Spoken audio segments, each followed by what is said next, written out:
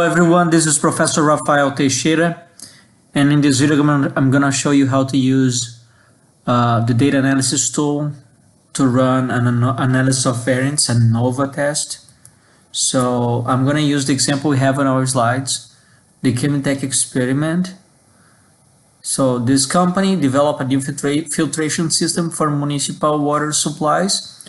There are different methods that can be used to assemble the system. Chemitech has narrowed down to 3 methods, A, B, and C, and wants to determine which assembly method can produce the greatest number of filtration systems per week. So we have one company that has 3 different methods. So our factor here is the assembly methods, and the treatment is the 3 levels or the 3 methods that the company has. So I downloaded the file chemical experiment from Oaks, and here's the data. Okay, this is the data, method A, B, and C, and this is the number of filtration systems produced in each method.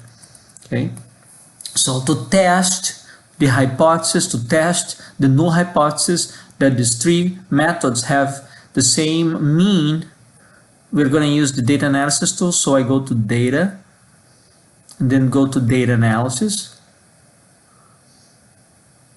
and then select Anova single factor, hit OK, and then input range, I select the entire range, click labels in first row, make sure that the alpha is 0.05. If the alpha is different in the problem, I change the alpha here, I hit OK, and here's the results.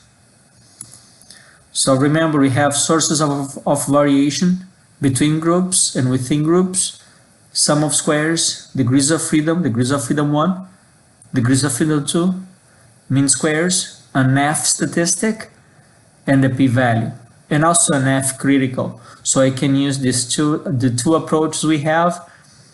If I'm using the p-value, I have to compare with the alpha level. The p-value is smaller than 0.05, so I go ahead and reject the null. The F critical is 3.88. I compare the F statistic with the F critical. If F statistic is greater than the F critical, I reject the null. So both tell me to reject the null and conclude that at least one of these 3 method averages or means are different. That's it.